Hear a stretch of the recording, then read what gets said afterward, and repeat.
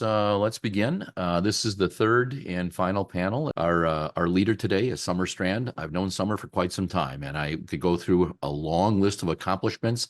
Let me just put it this way: she has been successful in everything she's ever done, and she's brilliant.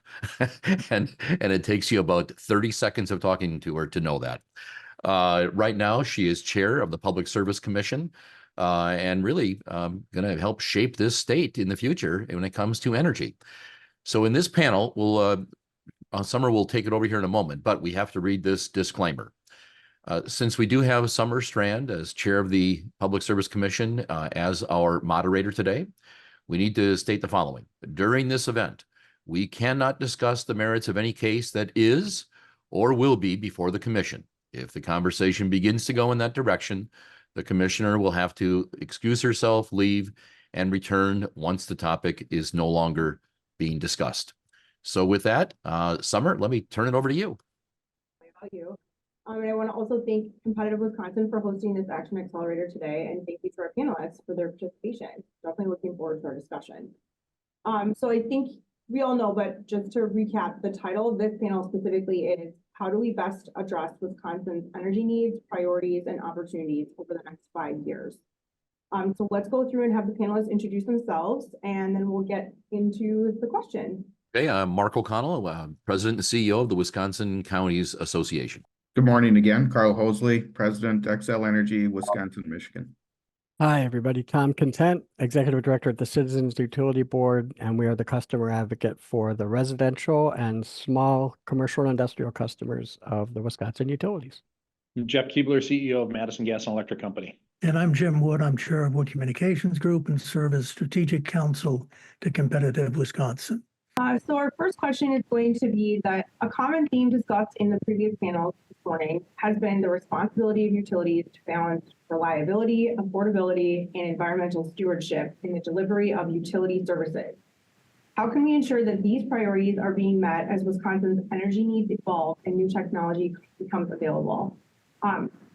All of you I know are going to have very interesting perspectives on all of these issues. Jeff, Carl, and Tom more from the utility and energy side firsthand, but also Jim and Mark with the intersection of energy and utility issues in our state, with all the issues that your associations or clients are participating and involved in. So let's start with Jeff for this one, and then Mark or whoever else would like to tackle this one. Sounds good. Thank you, Chair Strand. There's a lot there, so I'm going to cover parts of it and leave some room for others to talk through it. But I think the word balance is appropriate. But I do want to highlight one of the things that we can't balance away is reliability. Our first and foremost job, safety and reliability. And so as a utility, we will always think about that first, and we always assure reliability. We're partners in that reliability, as we've talked about on other panels with ATC and MISO. But reliability is number one. So then what it really gets down to is how do we balance the affordability and the sustainability opportunities that we have before us to make sure we go forward. One of the things that I think we need to do probably a better job at, not just as utilities, but as in the state of Wisconsin, is define what we mean by affordability. Affordability means different things to different people. Bert Garvin made the comment on the previous panel that our customers pay bills, not rates. A lot of people look at rates and say they're defining affordability by rates. Also on the previous panel, just to bring everyone up to speed, it was mentioned that Carl has done an excellent job in Minnesota with setting a goal of keeping rates to a 1% or less increase. MG&E in our case, since 2016 through 2025, because we've already had our rate set there, we're going to have about a 1.2% electric rate increase. So when we think about affordability, we think about how people view affordability. We believe that keeping rate increases below inflation is a good message and a good way to think about that. But it really depends upon who the individual is, and we need to focus on affordability on those who can't pay, those who have challenges paying, and we also need to take into account the programs and services that are out there in other places. A lot of people look at the truly low-income customers, and the low-income customers, while we need to assure affordability for them, there are other programs, LIHEAP and other programs that can support them. So we need to make sure that we're looking at the programs that are just outside of the customers that are just outside of the programs like LIHEAP and others on the affordability spectrum or the income spectrum. So I think ultimately we need to answer that question. We need to think through that and make sure that we're using common language and vernacular as we're talking. Otherwise, we're confusing the public, I think. But that's kind of a little bit of an aside. So I do think we need to balance those, and I think we're doing a good job balancing those. As we talked about on the first panel, when we invest in new technology and new generation assets, those are the most cost effective for our portfolio, but our portfolio is measured over decades. And so how do we address the affordability that comes with, or the cost increases that come on the front end of those investments to make sure that customers today are able to afford those investments that we're making for the long term. So I'll leave it there, and then I'll come back to it if time allows, or if other things are necessary, if I need to jump in when other people speak. Thank you, Jeff. I think that your points on affordability are well taken, and I think it also would then segue nicely to hear from Tom on this question. Tom, let me know if you want me to restate anything, but very curious to hear your perspective as well. No, I think a lot of good points have been raised. I think it is a balancing act. We have to think about balancing the short-term needs and the long-term needs with the customer's ability to pay. And the fact is that the challenge of the building cycle we're in, the challenge that we're at a competitiveness challenge already with regard to energy. If you look at around the country, that we're not among the cheapest around. We're among the highest, 13th highest in the country for residential, commercial, and industrial. And so that's a challenge. But I think when we talk about the cost effectiveness of the portfolio over time, the commission, the PSC is charged to approve a project that's cost effective over time, but we need to think about the crunch time of this energy transition and the next 3 to 8 years being where this kind of pinch point in the transition, and what the impact of the decisions we made is going to have on bills, on our bills and our prices. That those are just some starting thoughts, but we'll get into more. Thank you, Tom. Let's hear from Carl on this one as well for the utility perspective. Good morning, Madam Chair. Good to see you. And thanks for having me on the panel. So, it's always hard to go third, right? Because you end up being a parrot, but I won't repeat everything Jeff said with the exception of two things. Reliability. You can parrot me if you want it, Carl. That's fine. Of course, Carl. Reliability, safety, table stakes, no doubt about it. But one thing that people often forget is we need to take a long view of these investments that we're making. So as we see load growth in the last panel, we talked about the extraordinary energy demands that are burgeoning from the artificial intelligence industry. Now, that load growth, if you do an affordability, just a strict, real simple rate calculation, it's cost over revenues. And as those revenues grow, it dilutes the cost. And the long view is you actually see downward pressure on your rates in the long view. So that's something that we need to consider as we add these assets to the system to meet our growing demand. Affordability, the speed of value, these are important aspects to what we do, but the reliability of the Wisconsin system is part of why we're attractive to businesses. So, if you think back 30 years ago, the reliability wasn't as fantastic as it is today, right? And businesses don't want to locate in a spot where you have potential for brownouts and unreliable systems issues, especially as we move into this new world of beneficial electrification, where almost every process is electrified compared to what it was. So with the advancements over the years comes an extraordinary amount of reliability, and addressing affordability and making sure that we're protecting our most vulnerable customers.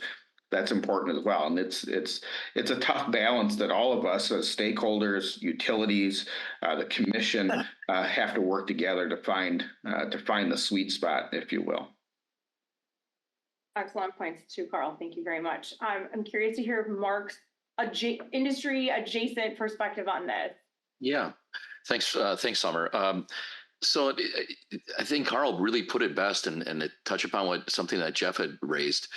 It's a balance. It's a balancing issue, and we've almost kind of forced our energy industry into balancing where the trend lines tell us we're going to be with our capacity or willingness to pay on the one hand. But what I think we might benefit from as a state is allowing our energy industry to create a balance, not from where the trend lines tell us we're going to be, but where we want to be. And that's different than where the trend lines tell us we're going to be. So we might say we're going to create a capacity of 100 units because in 10 years looks like that's where we're headed. But we might want a capacity of 300 units because we want a certain type of industry or a certain location of types of industries in different parts of our state. That's a different question, and it requires a different flexibility in allowing our energy industry to have that balance. Now, as local units of government, we want that. I mean, we're different in Wisconsin than a lot of other places in this country. A lot of places in this country, you can drive an hour without seeing a small town. In Wisconsin, you can barely go 20 miles without seeing a small town. So our economic activity is very dispersed, which also means our grid system needs to cover all of that. We've got localities in this state that they think they have all the tools necessary to be economically viable. But when you overlay the capacity of energy, there's no chance that they can be successful if there's any large energy draw that would be required in that area. So if we want them to have a chance at success, we've got to make sure they're ready for it. And that means energy and a balance of where they would like to be as opposed to where the trend lines tell them they're going to be. It is very clear, I think, from listening to the conversations today, that there are some pretty big block things that we're all agreed on. Okay, we do want reliability. We want affordability. We want accessibility. We want growth. We understand the demand is going. It seems to me that you take consensus as that first piece, and what's missing is a timeline for that transition management that enables you to say, so I can't get it done right away, okay? And in making it done, as we move through the transitions, there are going to be some blocks of time, and we have to address how we deal not just with the problem as though that's the problem. Maybe it's only a problem for years 1 through 2, or maybe it's a problem for years 3 through 4. And then you begin to ask yourself, how do you amortize that?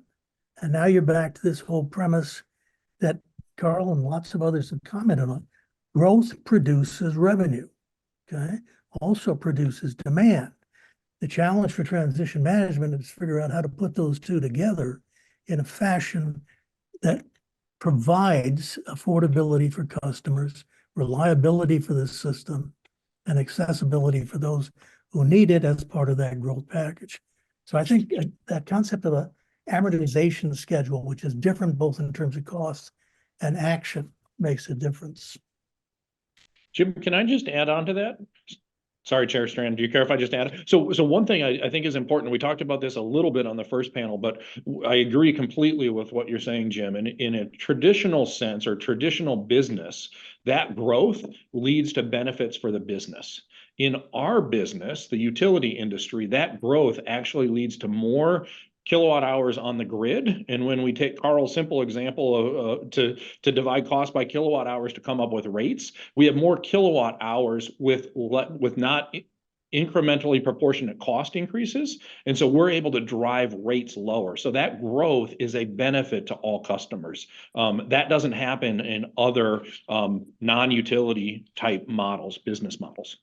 Thank you, Jim, for discussing transition management. You guys all kind of foreshadowed our next question, so let's get to that, but feel free to expound further on some of the things that you raised as it relates to this. What do you view as one of the biggest challenges impacting the energy industry today, and what creative solutions can help address these challenges? Let's start with Mark on this one. We touched upon it earlier today. I think we're on the eve in Wisconsin of a major energy draw in our state. I know there's conflicting views of whether the EV electronic vehicle industry is going to be successful or not, or if America is really ready for it or not. But we're going to get $78 million of federal money, and we're going to be putting EV charging stations every 50 miles on the interstate. So as we go from 2-3% of our vehicles at EV now to some people have predicted maybe 40%, that is going to be a major energy draw in our state. Add to that artificial intelligence, and I can't even fathom all of the creativity that's going to occur along artificial brain power and the energy that might be needed for economic activity related to that. So we may have had relatively flat energy usage for the past few years, but I think we're on the eve of a dramatic upturn. I think that is a major challenge. Are we ready for it? Well, as I mentioned earlier, our energy industry, they do whatever it takes to make sure that the lights go on, that businesses can be open, that energy is flowing, that we take care of our people. And they're very, very good at it. I think we have great regulation. Public Service Commission is incredibly well run. It's a great agency. Just so you know, Summer, we talked about it earlier. Everyone thinks that the Public Service Commission needs more staff and you need more money to pay them in any event. I think that's You guys can help us with that when it comes to our friends in the legislature, since they have those appointment authorities and, you know, the ability to set salaries through the comp plan. So that would be a partnership effort that we look forward to with all of you. Thank you for your willingness to participate in that. absolutely. So I think the biggest challenge is a major energy draw on the horizon, or maybe, I mean, we're on the eve of it. We might even be just before dawn of that. Thank you, Mark. Great points. Jim? The biggest challenge is how do we pay for it over time? From my vantage point, a lot of activity, we can identify the programs, the projects. I think question of how do you pay for it is going to impact how quickly it gets done. I think second major piece is lack of work, construction crews, et cetera, as we try to deal with that. And I guess there's a third piece, which is, particularly as AI comes on, I think there's going to be a growing question in terms of making sure that the growth occurs every place. You're going to have to deal with storage issues related to the size of files that are generated, required to manage these massive kinds of AI operations, et cetera. But on the sustainability piece, I think we really need to help the public understand more of what's going on, back to Tom's concept of transparency. But part of what they really need to understand is that you are investing in growth that will be good for them. So it's not a question, you don't ask them to pick growth or no growth. You help them understand how to go from no growth to growth and how that pays for the process. And there's a lot of work, I think, in terms of bringing the public up to speed around that concept. I think the PSC and industrial groups, et cetera, have a major role / responsibility in that regard to do a full balance sheet where we're not just looking at the money going out the door, we are looking at potential for the return on investment. I agree. Thank you, Jim. You know, leave it to the PR guy to talk about how we need to message and communicate this, but I think you're absolutely right. Tom, let's hear from you next, please. Yeah, those are all great points. I mean, I was going to echo a lot of that in terms of the emergence of data centers is something that we're seeing here. As I talk to our fellow consumer advocate offices in other states, this is the dominant topic du jour right now. Northern Virginia is looking at like 9 or 10 gigawatt immediate load ramp up just based on data centers, and then the EV aspect, the EV emergence of EVs is going to affect demand at the same time. So we know that data centers consume a lot of energy. We're hopeful that the new chips are going to make those more energy efficient, but the tech companies have to be ready to pay their fair share, and asking homeowners and small businesses to pay for a lot of this expansion is a lot to ask. So I think we need to be open to innovative concepts. Other states are looking at, we have residential, commercial, industrial, where everybody is paying into the grid, and some states are actually looking at changing things. So we have the data center, so it's residential. So there are four customer classes: residential, commercial, industrial, data. So I think that's one thing that needs to have we need to think through what innovative ways we can have tech enabled economic activity happen in the most cost effective way possible. And on the EVs, if you look from a consumer point of view, that's why we've supported the managed charging initiatives that the utilities have. From a consumer point of view, when you look at their own energy bills, yes, more of their home energy bill will be going toward their transportation from home EV charging, but the total energy bill for that person is going to be less because it costs less to charge an EV than it does to power a gasoline vehicle. So, Thank you, Tom. Carl, challenges, solutions? Yeah, thanks. Well, good points. Right.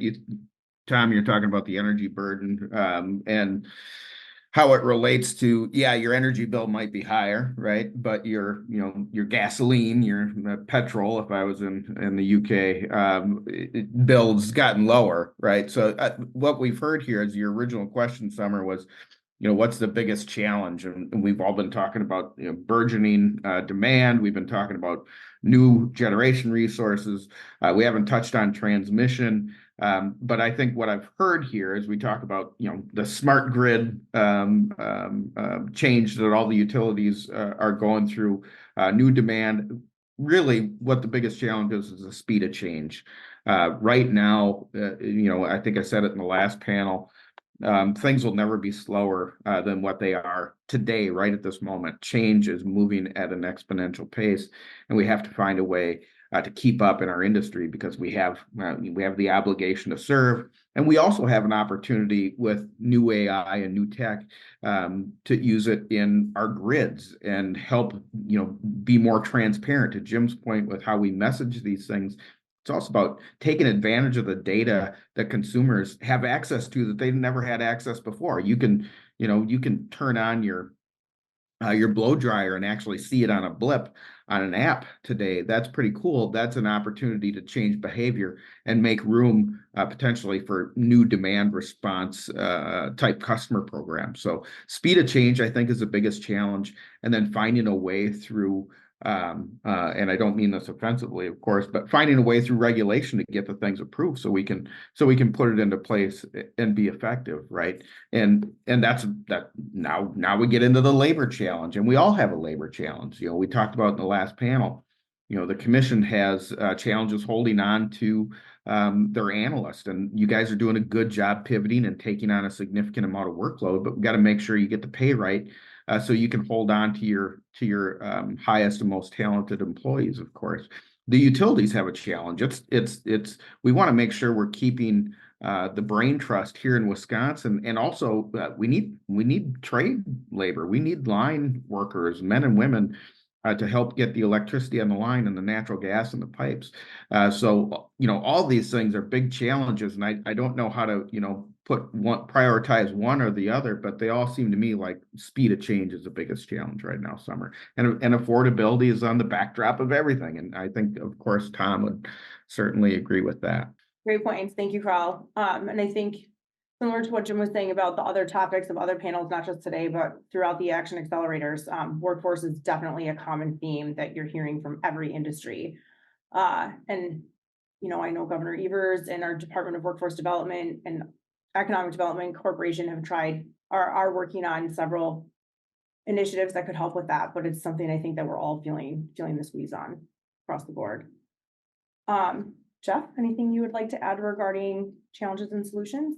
Yeah, I think there are a lot of challenges and a lot of solutions out there. One I'm going to echo on is Jim. I've learned a long time ago, if you follow Jim's lead, you're going down the right path. So just Jim's lead from a communication perspective, it's really an education perspective. A phrase I use internally a lot is we can't look at yesterday's landscape to set tomorrow's policy or take tomorrow's action. And in a lot of times, I feel that we're doing that, we as in a global sense. And we've created part of that issue, but we need to resolve that issue. So let me give you some examples of what I think about that. So we all know, as Carl just talked about, the speed of change is really fast, and we're changing really quickly, and it's hard for others to keep up with that change. And so I heard a statistic. This is probably 5 or 7 years old, so I'm sure the number has changed, but it's not a lot different, that the average customer in the United States spends 6 minutes a year thinking about their electric utility. And they do that when they pay their bill or if they have an outage, right? So we're trying to capture the mindset of people and educate them along the way. So when we talk about things that we need consumers to do, such as electrification and energy efficiency, we've spent a lot of time educating, pick on energy efficiency. We've spent a lot of time educating them on doing things, and the goal there was to reduce energy at the peaks at that 4 to 6 o'clock on that hot July and August day. And we spent a lot of things around, I'll say air conditioning load, but it's windows, it's heating load, other things too. We may get to a situation, and we've seen it in other parts of the country, California, where you have a lot of load or a lot of generation on at that time, solar generation. And so we don't necessarily need the efficiency at that time. We may need it at 10 o'clock at night, and that air conditioner program isn't going to do much at 10 o'clock at night. It's not going to give the same output. So how do we teach our the citizens of Wisconsin, and how do we teach, in some respects, policymakers and decision makers who are sitting in roles? I think about every municipality that we serve. They're hearing from their citizens what they think we should do, and the landscape has changed. And so we need to be able to pivot and educate people that policy that was set a decade or 2 decades or 3 decades ago may not be the right policy to achieve the same outcome, even if the goals are the same, such as efficiency and sustainability and everything else. And so I think that's one of the biggest challenges, that we have a lot more work to do. I think speed of change, generation transition, transmission transition, we're doing a lot of work on that. But I think educating people and making sure that we're using what the expectation of tomorrow's landscape is to set policy and take action for tomorrow. Thank you, Jeff.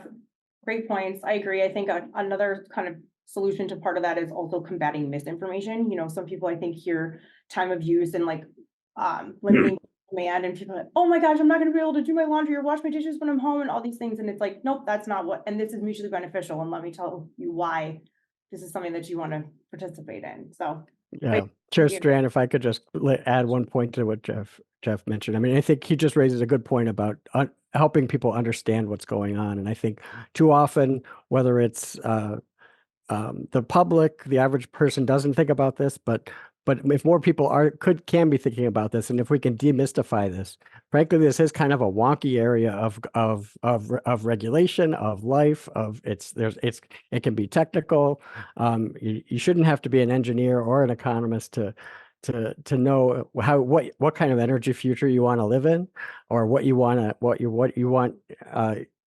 for your future. So I think raising the point of just the better we could explain what's going on, and the better we can communicate about it, the more buy-in we're going to have.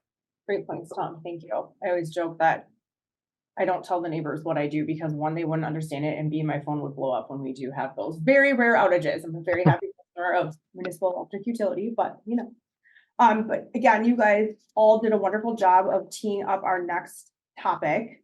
So I'm going to read the question, and then again, you've kind of covered some of this, but I really like the forward-thinking perspective of this question, especially given what Jim was saying and what Carl was saying and what all of you were saying about and Mark too, about the perspective and looking forward and not living in those past policy decisions. And here we're going to talk about how a lot can happen in 5 years. We know that Wisconsin's energy landscape has evolved since 2019.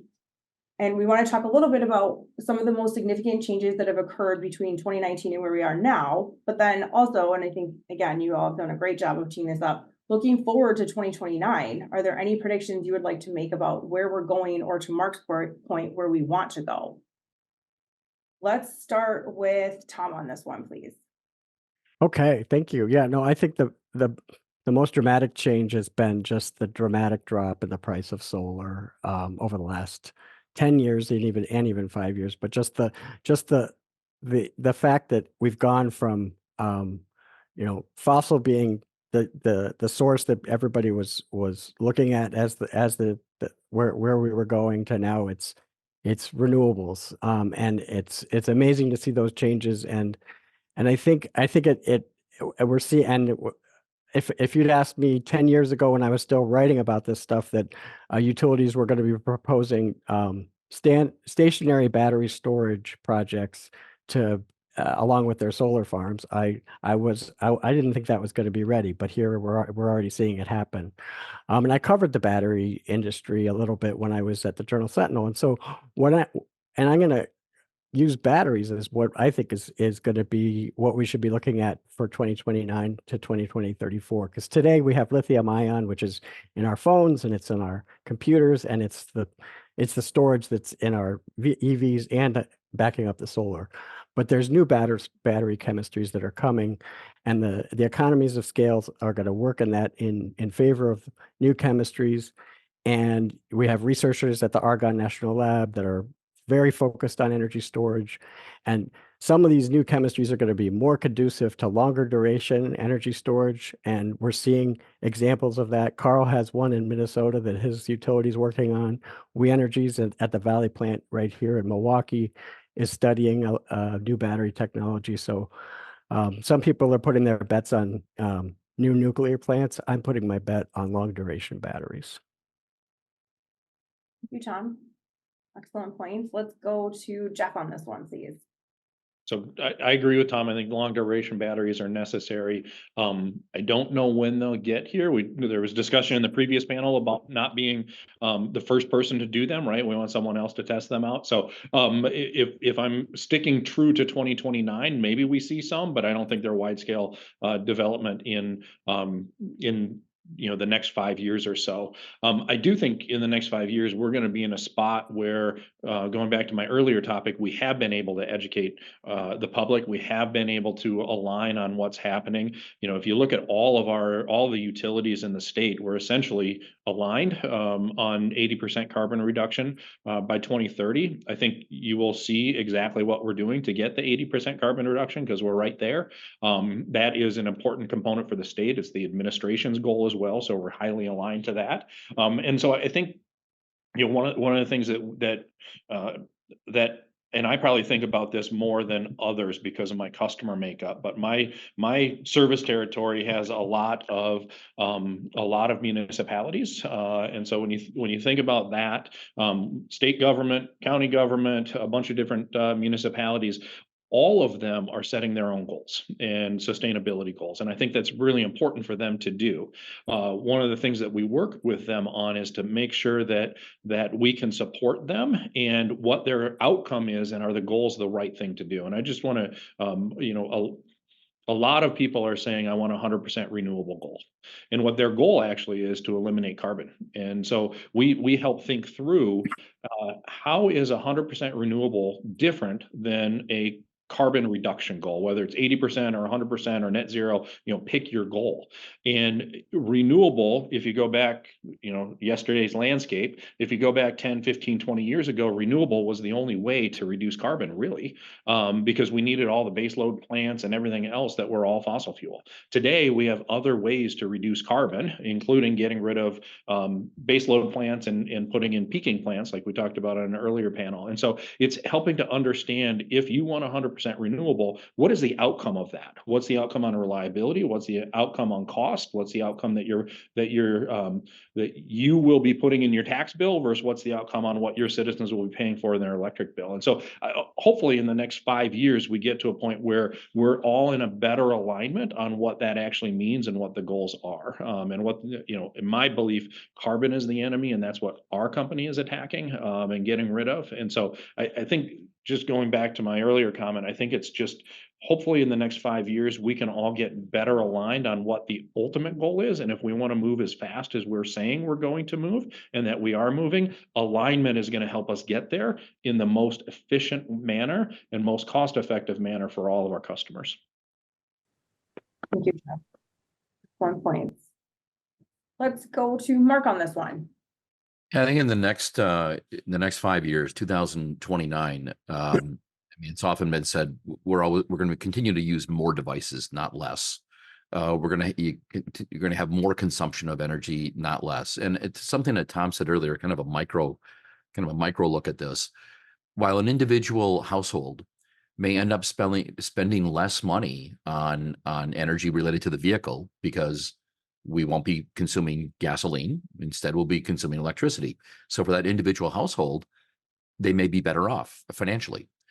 But when we have massive shift from gasoline to electricity, a lot of people will save money as individual households, but it's going to put tremendous stress on the energy sector because two different sources of providing that energy.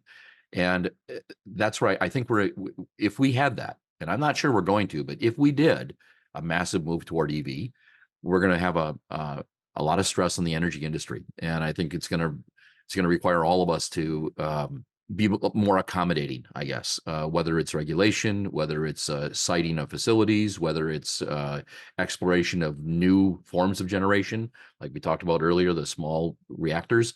It's going to require a lot more flexibility and on everyone's part. So that's what I see in the next 5 years. Thank you, Mark. Carl? Yeah, thanks. I agree with a lot of what's been said here. Tom mentioned the iron air battery, which is pretty cool. It doesn't have the lithium in it, which is, a challenging resource to get to. Will it get to scale, massively in the next 5 years? That's pretty tough, right? To Jeff's point, I think he's right. It'll be hard to scale it.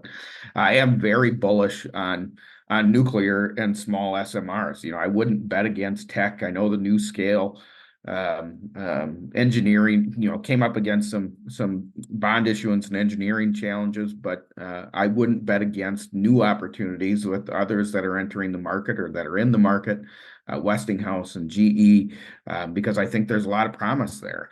And I think that really goes to the attack on CO2. Jeff was making a great comment about, do you really want 100% renewable energy? I don't think that's the goal. I think if you can get there, fine. But I think what the goal is, you want a zero carbon goal. I think that's the right perspective to look at it. The next 5 years, it's hard to tell. The one thing I feel very confident about is that, we all have an 80% interim goal, 80% reduction in carbon compared to 2005 levels. We're going to hit it. We're going to hit it, and we're going to do it while responding to massive new demand on our systems. I feel good about that anyway, Summer. Great. Thank you. Jim? Wow. So 2019 to 2024, I think the biggest change I've seen in Wisconsin is a growing awareness of our interdependency. And that is, if your community is not doing well, your business ultimately is not going to be doing well, and on across the board. That awareness has informed a lot of things that's going on.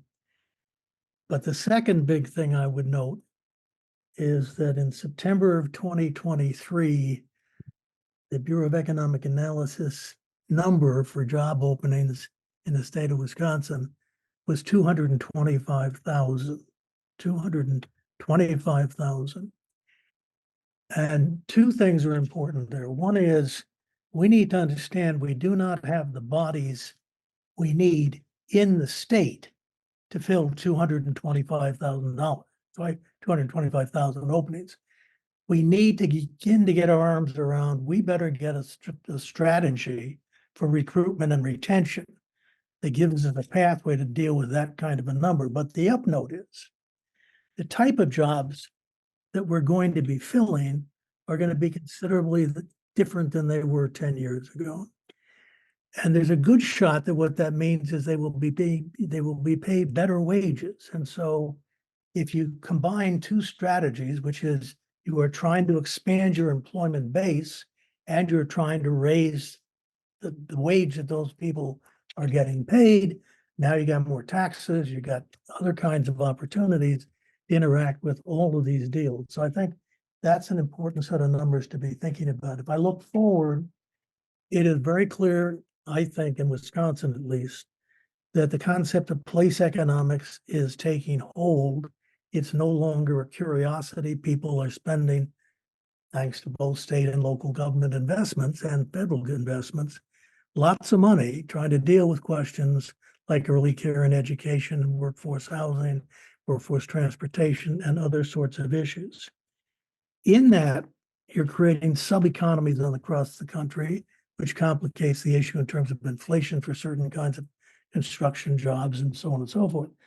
But what you're really committed to doing is building viable economies around a greater employment base. We're all proud of the fact we have a low unemployment number. In Wisconsin, that number reflects the lack of bodies more than it does the health of the economy. And I think as you try to build viable companies, you want to bring in not just people, but jobs. The rural population in this state lives in 63% of the state's landmass. It only holds 16% of the state's population. So there are all of those kinds of employment-based things that are going to become more important as you try to do all of that. The good news is that we are beginning to see increasing viability, and most of that is the result of the growth of a collaboration between the public and the private sector. I think that that can happen. I don't think there's any guarantee that it will happen. And so the projection really is the number one job, I think, over the next 5 years is not to blow this, okay? We have got to put public and private folks together with the general public to understand our opportunities. And the bottom line is, vis-a-vis this topic, if we don't address the kinds of issues and opportunities that all the panelists have been talking about today, we will blow this because all the rest of the work won't make any difference. If I build the house, if I build the roads, and I can't serve the energy, nobody's coming. Thank you, Jim. Excellent points. And again, you are segueing us very nicely into our last question. So Competitive Wisconsin has organized these Action Accelerator panels on some of the most important policy issues impacting our state, including workforce, childcare, and transportation. And Jim, I know, which you just said, but also that you were looking forward to concluding this series of panels by focusing on the energy industry specifically, because it does directly impact all residents' lives and touches all the other industries and facets of our economy, which again, you just did a great job of summarizing. And then also we've heard a lot today about communicating and messaging and making sure that people understand the whys and the whats of what we're doing. So my first question is going to be for Mark and Jim, who are again involved in kind of energy adjacent, but like I said, connected, interdependent organizations. How do energy and utility issues and initiatives intersect with other important policy areas you and your members, clients, or stakeholders are engaging in, which again, you guys done a great job of already kind of talking about. So we want to cover those things and then also why those things are important. And if you have any other creative solutions for how we can continue to target those things, Jim, you talked about recruitment and retention and bringing more people into the state. And I'm curious to hear again, how some of those other, I do think childcare and transportation could help with that. So that's the first question for Mark and Jim as people who are in related industries. And then I'll specifically ask Jeff, Tom, and Carl about the whys and their whats of their organization. So let's start with Mark on this one. Well, it's from the county perspective, it's pretty simple. It goes a little bit to what I spoke of earlier. In county government, we basically maintain the fabric of society. We're never the page 1 issue or page 37, if we're at all. In county government, if you can stumble through your whole life and never really interact with county government in any meaningful way, it means your life is probably pretty okay. You hope you don't have to use our services, but when they're needed, you're glad we're there to do it. So we will only have the resources we need to maintain that fabric if we have a very strong, vibrant private sector. Therefore, as counties, we care an awful lot about a really strong, vibrant private sector. So we did the work years ago to determine what is it the private sector needs to be successful.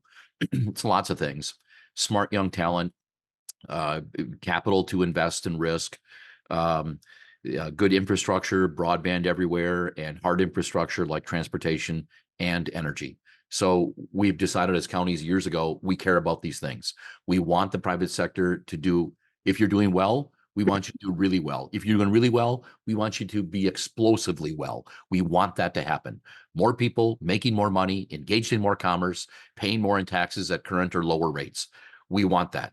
Then we can invest in our communities with the dollars we get to make them more attractive to the talent, which will fuel the private sector.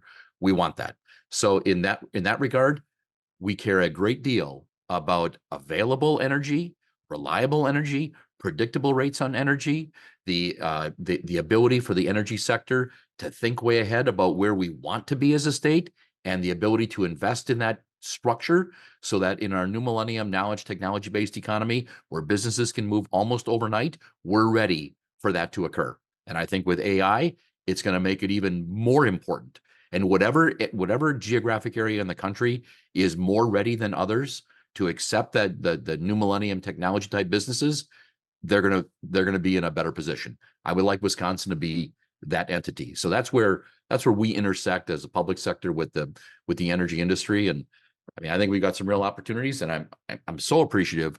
We've got some really smart people in the energy, I guess, arena in Wisconsin. So I'm very optimistic. Thank you, Mark. Excellent points. And I love your passion on these issues. I think you're absolutely right. Even when it's kind of a chicken and an egg thing, that they all do work together and they're essential in order to keep us moving towards where we want to be as a state. Jim? It's a great question. I go back to the interdependency, but another observation over decades is we tend to legislate towards our aspirations, okay? We even plan towards our aspirations in the private sector. We are less good at focusing on the execution aspiration. And I think that is what we're discovering in terms of the interdependency is we better get a whole lot better at that, because if I'm building housing developments or I'm laying road or I'm trying to figure out how I'm going to use land in a rural area, I need a much better sense today of what the energy demands are going to be there. We need to understand how long what that demand is going to look like over time. And I'll give you two examples. Mark talked about the charging stations. My own take is, and I'm not an expert, is that within 20 years, the bulk of the charging of electric vehicles will be conductive as opposed to charging stations. I think there will still be charging stations, but conductive means you're charging while you're driving. That's a very different kind of model. And we should at least be sensitive to what that means in terms of where we're building our roads, how does that touch bridges, and all sorts of other kind of traffic management issues. And I will give a shout out to David Noyce at the UW-Madison School of Engineering, who is one of the national heroes in traffic management we're talking to. But there are all sorts of examples like that where you say, again,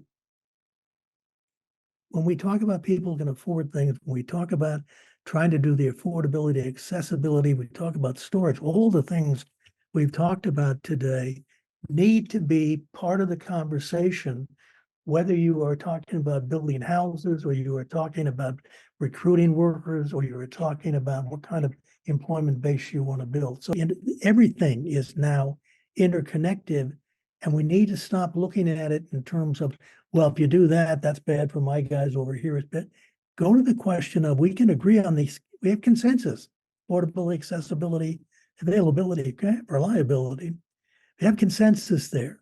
The question in front of us is, how do we make that happen? What do we need to change? Whether it's more staff for the PSC or greater expertise at the county levels or more access to planning resources, whatever it may be, that's where I think we're looking at.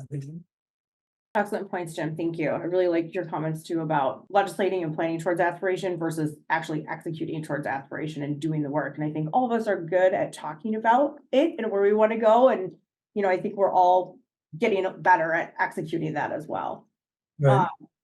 Thank you. Okay, so now we're going to turn specifically to Carl, Tom, and Jeff in that order. And I'll kind of rephrase the question a little bit as it relates to the energy and utilities industry specifically. I would like to talk about, like I said, your whys and your whats.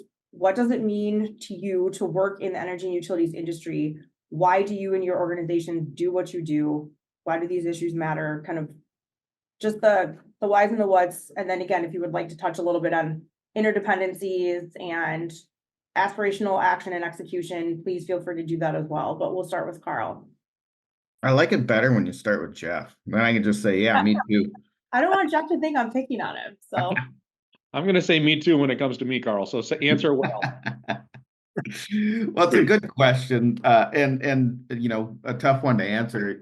Thinking about the whys and the whats is, you know, we're stewards of arguably humans' most important invention, right?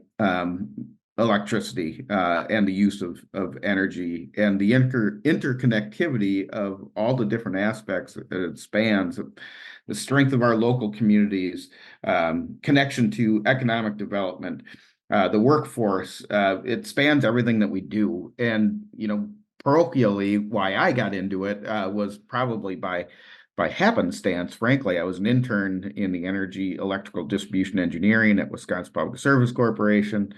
I really liked it. But now energy has really become the sexy topic, if you will. You know, we actually talk about it at the dinner table with my 3 teenage kids. That's amazing. When I was a teenager, I was not talking to my parents about energy policy at a dinner table. I mean, that just goes to show how important it is and how connected it is, and that all these different, you know, social media platforms, they're talking about energy. So the poles, the wires, the pipes, what we do is important because it touches all these different aspects of life, trying to improve our living standards, reduce the human struggle, and do it affordably, right? To Tom's point and everybody else's point, because Jim, you said it really great last week when we were just, you know, chit-chatting on the phone. You said energy is the new oxygen. I really love that, because everything we do, you know, we're on our computers today. I have an iPhone running here and an iPad right next to me. We're all connected to energy. I can't do anything without energy. So and you need some conductive charging for your computer. So thank you, Carl. Great answers. Tom. Yeah, so my why is, you know, basically to help shape the most affordable and the most consumer-oriented, and if possible, the most consumer-driven energy transition possible. And we talked a little bit about how a lot of people don't notice their energy unless the power goes out, right? But on the other hand, if you were to do polling, clean energy is would probably poll up there with apple pie and baseball.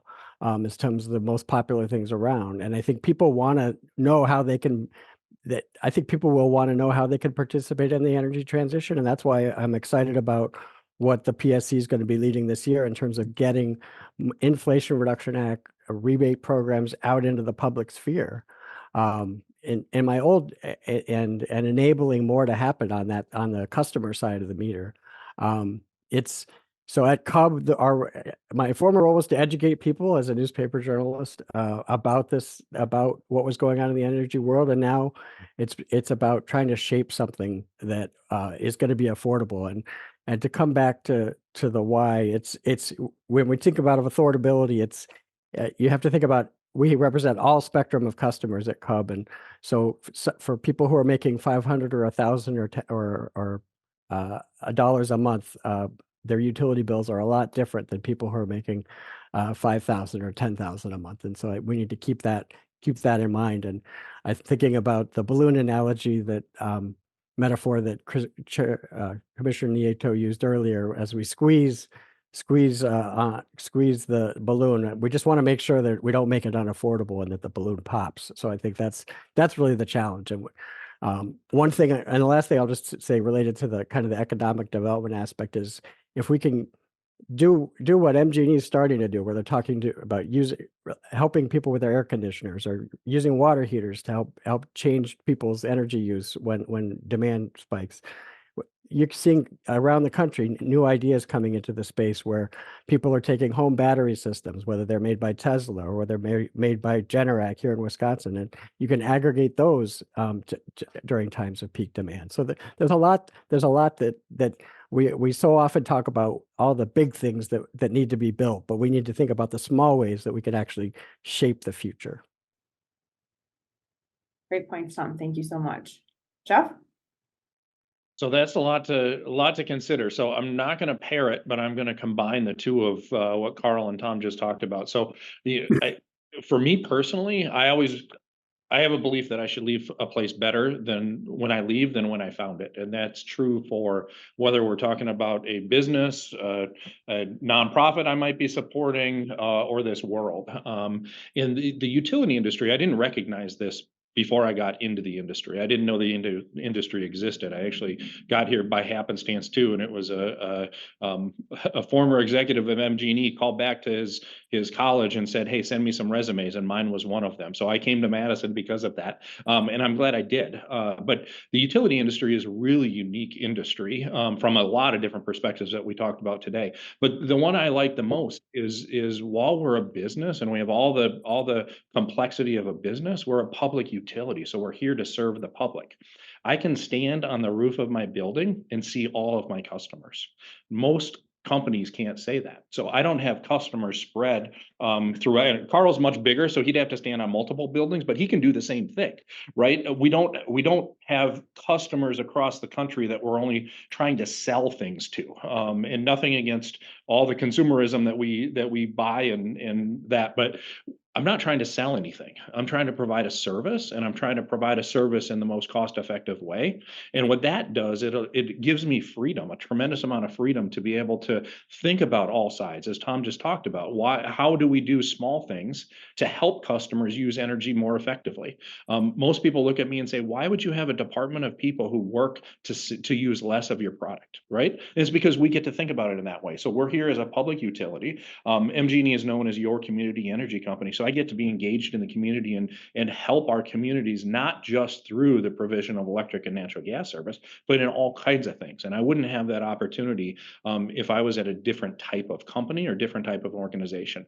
Now we're in the center of making this transition, and I think being able to think about it holistically from all different ways, thinking about affordability for customers, and thinking about it not just about affordability in the utility space. So when you look at affordability and you look at it from a wallet share perspective, so how much of a customer's wallet are we taking? It's coming down. So we're taking less of a customer's wallet. But filling in that gap are things like housing, transportation, childcare. And so we get to work on all those things and think about it collectively. And that's going to be a much better outcome. And we're going to leave this world in a much better place, both there and from all the environmental and sustainability things we talked about. So I think that's why it matters what the utility space is doing, and a broad definition that includes Tom and Jim and Mark and everyone else who's been on the panels. But it's important for us to do this, and it's really important for us to get it right. Thank you, Jeff. Excellent points. I think you captured the spirit of MG&E and the industry as a whole, and why it is a holistic, robust approach, and why we should continue that. Thank you very much. I appreciate it. Does anyone else have anything that they would like to add just about our discussion or any of the earlier panels, just to wrap things up before we close? And make sure you guys have the opportunity in case. Well, just from having been on the first panel, Chair Strand, and then listening to the second panel and being on the third, I think that the interesting unanimity was the resources for the Public Service Commission, and whether that's the pay scales or the just beefing up the ability to hire more people without, and obviously because it's assessed back to the utilities, it wouldn't impact taxes. I think just have that as an important takeaway of unanimity was striking. Yes, thank you, Tom. As I said, we agree at the PSC. But again, I love the three branches of government and how they're interconnected. Theme of the day. So again, Yes. There's a partnership, and we appreciate the support of our stakeholders in working with the legislature as they're able to create new positions and to help set those pay scales at a place where we're attractive and competitive. So again, I really appreciate all the support and that was a common theme today. And I look forward to working with you all on that, especially as we head into budget season. So that concludes this panel discussion. And I just want to thank you and Competitive Wisconsin and our panelists, not just this one, but all the panelists today for the great conversations on these very important issues. This is the 8th and last of this form of the action accelerators. Competitive Wisconsin now moves into due diligence and recommendations in each of those areas. And you've given us a lot to work with here. So we appreciate it all.